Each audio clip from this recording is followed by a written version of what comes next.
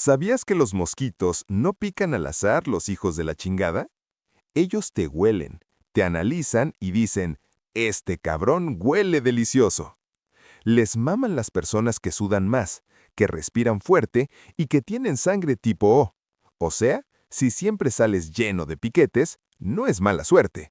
Es que eres un buffet andante, una taquería abierta para insectos, un pinche VIP para mosquitos. Así que la próxima vez que te piquen, no te emputes. Acéptalo. Eres sabroso, aunque sea para los pinches mosquitos.